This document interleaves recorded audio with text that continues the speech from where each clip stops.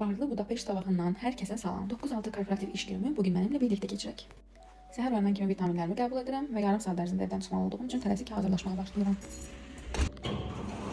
Güzgüdə bir outfit check və metroya yollanırıq. Budapeştin nəqliyyat sistemi çox sürətli və rahat olduğu üçün insanların demək olar əksəriyyəti public transportdan istifadə edir. Təxmini 20-25 dəqiqə sonra artıq ofisə çatıram. Qarlı dağlar aşaraq, çox ellər dolaşaraq artıq deskimə gəlib çatıram.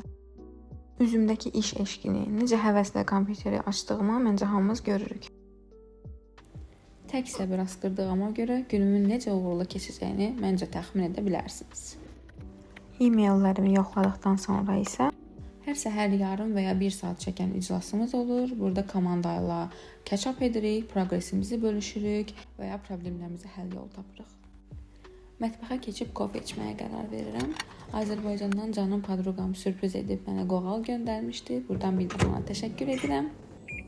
çaymı, kofemi deyə uzun-uzun düşündükdən sonra kofeni seçirəm. Hələ də latte və cappuccino arasındakı fərqi başa düşə bilmədiyim üçün moduma görə latteni seçirəm. Saat 11 idi və qoğalımı yeyərək həyatı sorğulamağa başlayıram.